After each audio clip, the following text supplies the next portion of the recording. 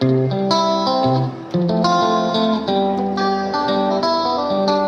what's up you guys? Welcome back again to my channel. My name is Jen, and if this is your first time, please don't forget to like this video, subscribe, comment, and share. And of course, we're going to be talking about our favorite girl named Amberlynn Reid. And today we're going to be watching a video from Apathetic Faxx. So in case you don't know who that YouTuber is, Amberlynn did decide to strike them with a few copyright strikes a few months back. I think it was last year, I'm not quite sure. But they came back stronger than ever, and they're still making videos about Amber. So guys, let's get on with the video. Today is Monday the 29th. Tomorrow will be 2 weeks since I fell. No one cares! I think a lot of you are like, why are you talking about this? You seem like you're milking it. I'm just trying to share my experience. Someone who is 500 pounds breaking their ligaments, and my foot was just like dangling. I tore ligaments in my ankle. What I'm assuming is a high ankle sprain based on the fact that my leg is now hurting a little bit, like the pain is radiating up to my leg. Just imagine walking as a skinny person. Now imagine adding a 500-pound brick on top of that. This isn't because I'm fat. I just do not believe that my weight plays a role in the actual injury. I just hate that my weight is brought up in every sort of situation. People are like, no, it's because of your weight, while there's thousands and thousands of skinny people weekly getting the same exact injury the same exact way that I did. It is a whole other level of pain. I don't know, it has changed my life.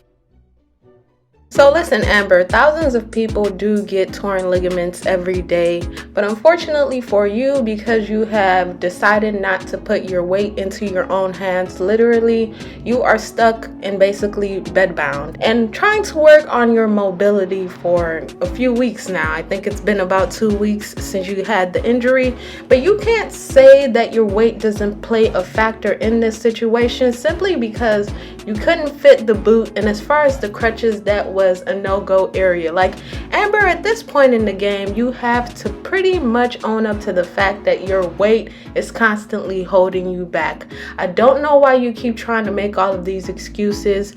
You constantly say, oh, it has nothing to do with my weight, but trust me, if you were at a lighter weight or if you weighed less, I'm sure the pain would have probably been less, just due to the fact that you could have put on a boot and taken your butt to work, or you could have used the crutches that they had at the hospital and gone about your day. But because you are so big, you are bedridden because of your weight. Your weight plays a big factor in any injury you should have. There's no sort of wake-up call that should be big enough for Amber. She just doesn't get it, and that's okay.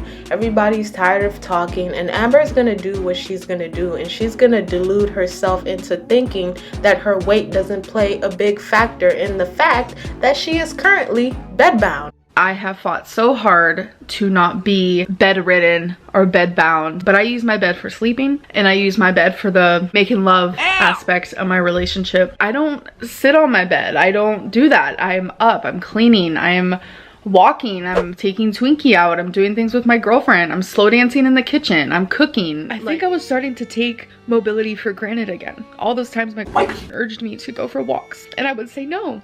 Maybe later. I regret every single time I said that. That's all I would do all day long, is just sit at my desk and watch YouTube. And my wife was like, let's go for a walk, let's go for a walk. And I didn't want to. My girlfriend's very supportive, constantly trying to urge me to exercise and go for walks and eat right, eat less, not binge. But there's only so much she can do. This was the vibe in 2019, but this ain't the vibe now. So Amber, which one is it? Are you being active or are you not being active? I'm glad you finally made it down 100 pounds.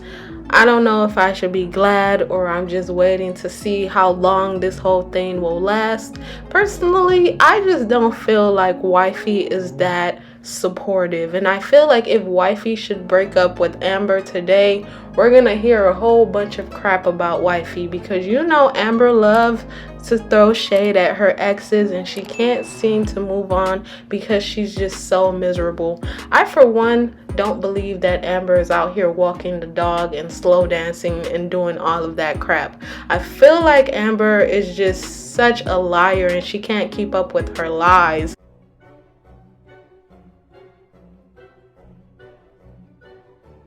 Here's the photo of where I fell. in this circle, there is like a hole, a gap, if you will, in between the grass and the sidewalk where I fell.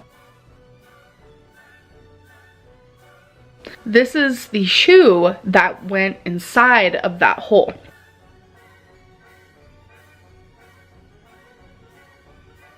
You can see the dirt where the tip of my foot went into it, and it made my ankle twist. I began to pass out and my head hit the wall. It could have happened to anybody, had nothing to do with my weight. I'm just getting really freaking tired of it. Just imagine you're walking, you're vlogging, not paying attention, and all of a sudden your foot goes half off the sidewalk inside of a hole and partially into a grass section. And I actually am never gonna talk about this again. No more updates. I'm tired of the fat shaming. I'm just tired of it all. We will never talk about this again. There's a side of people who are like, this happened to you because you're fat and because you're big. You're just doing this so you can sit in bed and have your girlfriend caretake over you.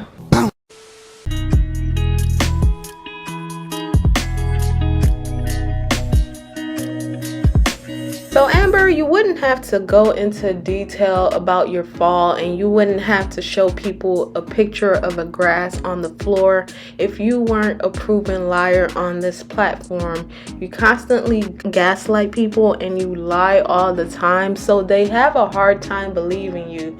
Therefore, you have to go into detail about every single thing that you do with your life, and then in turn, when people call you out on your BS and the discrepancies that you tell them, you get upset because your audience doesn't like you and you hate them for this. And I don't know why you hate your audience when you're the one that's the proven liar, when you're the one that's proven to not ever actually finish anything that they start, Amber. I just feel like you telling us that you're never gonna talk about it again because people are fat shaming you.